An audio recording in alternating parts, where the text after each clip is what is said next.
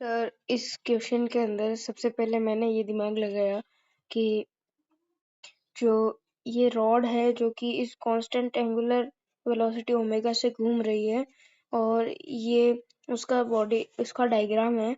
तो इस रॉड इस स्लीव के ऊपर सर सबसे पहले तो एक mg एक्ट करेगा नीचे और एक ऊपर की तरफ नॉर्मल एक्ट करेगा सर, जो कि mg को बैलेंस कर देगा।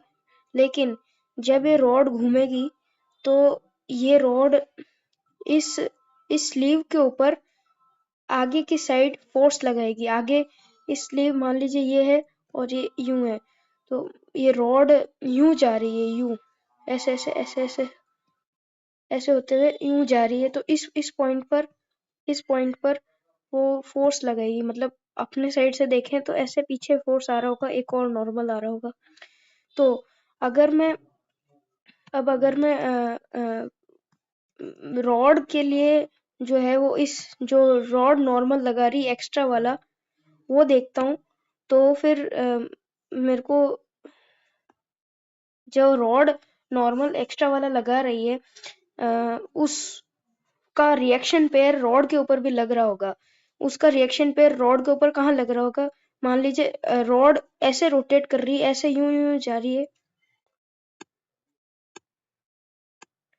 रॉड यूं यूं जा रही है, तो रॉड इस स्लीव के ऊपर रिएक्शन फोर्स इस डायरेक्शन में लगा रही है, मतलब पॉजिटिव जेड एक्सिस की डायरेक्शन के अंदर, नहीं नेगेटिव जेड एक्सिस की डायरेक्शन के अंदर, सॉरी। ऐसे इस इस इस स्लीव के ऊपर ऐसे फोर्स लगा रही होगी ताकि नॉर्मल फोर्स हो रहा होगा वो, और इस नॉर्मल फोर्स का रिएक्शन पेयर इसको इसको इधर मिल रहा होगा, इसको इधर मिल रहा होगा। सर जब इसको इधर एक और नॉर्मल मिलेगा तब इसके टेंजेंशियल डायरेक्शन के अंदर कोई ना कोई अल्फा आ जाएगा। उस अल्फा अगर आ गया तो फिर हमारी ओमेगा कांस्टेंट नहीं रह पाएगी, और इसलिए ओमेगा को कांस्टेंट रखने के लिए हमको एक एक्सटर्नल कोई ऐसा मैकेनिज्म होगा जो कि इस क्वेश्चन में कहा गया है अननोन एजेंसी, वो ही ऐसा काम कर सकता है जो कि उस अल्फा को जो है वो मतलब उस अल्फा के द्वारा जितना फोर्स लगाया जा रहा है उसको अपोजिट डायरेक्शन में फोर्स लगा दे। तो तो सर अगर मैं इसके फ्रेम ऑफ रेफरेंस एक्सिस पे चले जाता हूँ और स्लीव के लिए वर्क एनर्जी थ्योरम लगाता हूँ for sleeve in frame of axis, तो इसके ऊपर क्या फोर्स लग रहा होगा टेंजेंशियल डायरेक्शन में? इसके ऊपर तो कोई फोर्स नहीं लग रहा होगा, इनिशियली कोई फोर्स नहीं लग रहा होगा टेंजेंशियल डायरेक्शन में, लेकिन अलोंग द रॉड एक सेंट्रीफ्यूगल फोर्स आएगा। तो work done by centrifugal force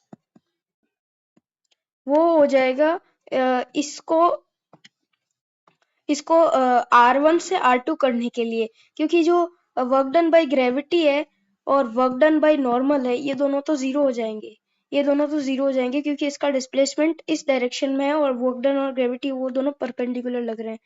तो ये आएगा डेल्टा काइनेटिक एनर्जी के इक्वल। और इसको मैं देखूं तो वर्क डन बाय सेंट्रीफ्यूगल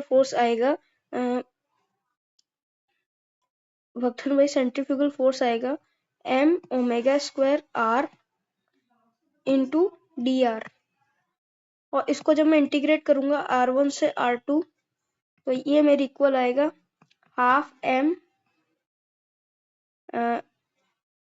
ये सर हम बात कर रहे हैं अलोंग दी रॉड की, तो अलोंग दी रॉड पे इनिशियल वेलोसिटी 0 है, लेकिन फाइनली कुछ ना कुछ अलोंग दी रॉड वेलोसिटी आ जाएगी तभी वो इधर मूव करेगा। हम टेंजेंशियल डायरेक्शन में बात नहीं कर रहे हैं, हम सेंट्रीफ्यूगल के लिए बात कर रहे हैं अलोंग द रॉड के लिए, क्योंकि टेंजेंशियल डायरेक्शन में वो सर्कुलर मोशन कर रहा है। तो सेंट्रीफ्यूगल फोर्स अगर लगेगा तो वो अलोंग द रॉड लगेगा, तो along the rod initial velocity जो होगी वो 0 हो जाएगी। तो kinetic energy initial, kinetic energy final, ये तो 0 हो गया, और काइनेटिक एनर्जी फाइनल जो कि अलोंग द रोड आएगी, इसको मैं VA लिख देता हूँ, मतलब अलोंग द रोड इसकी वेलोसिटी, तो आ जाएगा VA स्क्वायर। तो सर यहाँ से मेरा जो m omega square R2 square minus R1 square divided by 2 ये आ जाएगा is equals to MVA square by 2। 2 से 2 कट गया, m से m कट गया, तो VA स्क्वायर आ गया हमारे पास में ये। अब हम पूरे सिस्टम के ऊपर देखते हैं, पूरे सिस्टम के ऊपर मतलब पूरा स्लीव प्लस स्लीव मतलब स्लीव और रॉड दोनों के लिए देखेंगे, तब सर हम ये बात करेंगे फॉर होल सिस्टम। सर इस होल सिस्टम के ऊपर कौन कौन से फोर्स लग रहे हैं? सर इस होल सिस्टम के ऊपर एक दो mg लग रहा है और एक mg लग रहा है, एक नॉर्मल लग रहा है। तो सर इसके ऊपर एक और फोर्स लग रहा है जो मैंने पहले बात की थी, जो कि था एक्सटर्नल फोर्स। तो work done by external force, बाकी सारे फोर्सेस के लिए तो नहीं लग पाएगा क्योंकि डिस्प्लेसमेंट नहीं हो रहा है उस उनकी डायरेक्शन में, तो वो जीरो आ जाएगा। तो ये होगा हमारे इनिशियल फाइनल वेलोसिटीज के इक्वल। फाइनल वेलोसिटीज क्या होगी? सारी की सारी फाइनल वेलोसिटीज होगी। मैं पहले काइनेटिक एनर्जी फाइनल लिख देता हूँ m। सबसे पहले तो एक तो इस स्लीव के लिए फाइनल वेलोसिटी टेंजेंशियल डायरेक्शन में आएगी। क्या कहते हैं, R2 omega square, R2 omega आएगी, इसका होल स्क्वायर V स्क्वायर, ये फाइनली आ जाएगी। और इनिशियली क्या थी? और फाइनली एक और वेलोसिटी आएगी जो कि होगी इस अलोंग द डायरेक्शन में। फाइनली एक और वेलोसिटी आएगी, तो हमको इसको भी कंसिडर करना पड़ेगा। मतलब एक यूं R2 ओमेगा ऐसा आएगा और एक VA ऐसा आएगा, तो इन दोनों का रिजल्टेंट यानी कि under root R2 omega square whole square plus VA whole square, ये हमारी फाइनल वेलोसिटी आ जाएगी, फाइनल वेलोसिटी। तो सर जब हम इसको इसमें पुट करेंगे तो इसका ये वेलोसिटी है, ये वेलोसिटी फाइनली वेलोसिटी है, तो इसका स्क्वायर करेंगे तब ये रूट हट जाएगा तो आएगा R2 omega square plus R2 omega square plus VA square, ये फाइनली आ जाएगा अपना। और इनिशियली क्या था? m R1 omega square. बस इनिशियली उसके पास ना तो अलोंग द रॉड कोई वेलोसिटी थी नहीं, केवल R1 की डिस्टेंस पर उसके पास एक टेंजेंशियल वेलोसिटी थी, जो कि मैंने लिख दिया R1 ओमेगा। V स्क्वायर कर देंगे तो ऊपर स्क्वायर आ जाएगा। सर जब मैं इसको सॉल्व करता हूँ तो work done by external force, जो कि हमको पूछा था एजेंसी वाला, वो हमको पता चल जाएगा।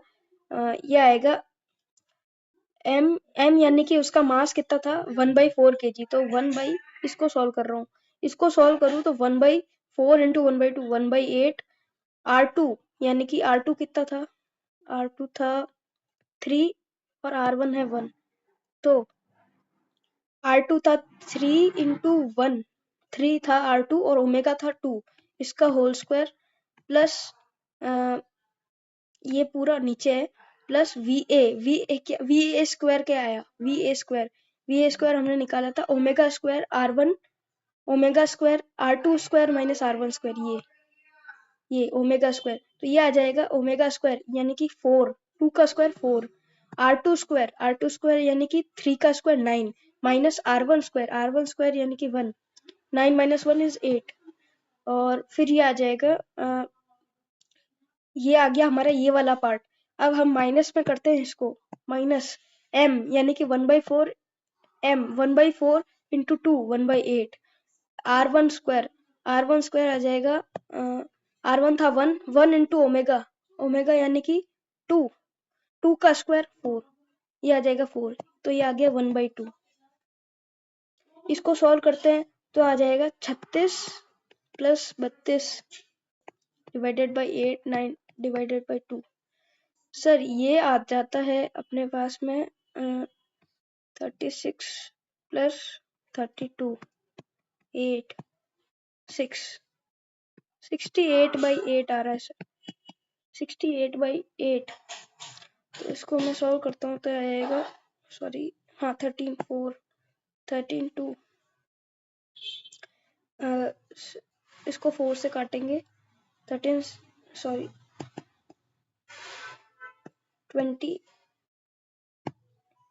29 आ जाएगा, 29/4 -1/2। सर ये तो 8 के इक्वल नहीं आ रहा है, तो लगता है कोई मिस्टेक की है। सर मैं एक बार चेक करता हूँ और आपको एक बार दूसरा वाला भी भेज दूंगा।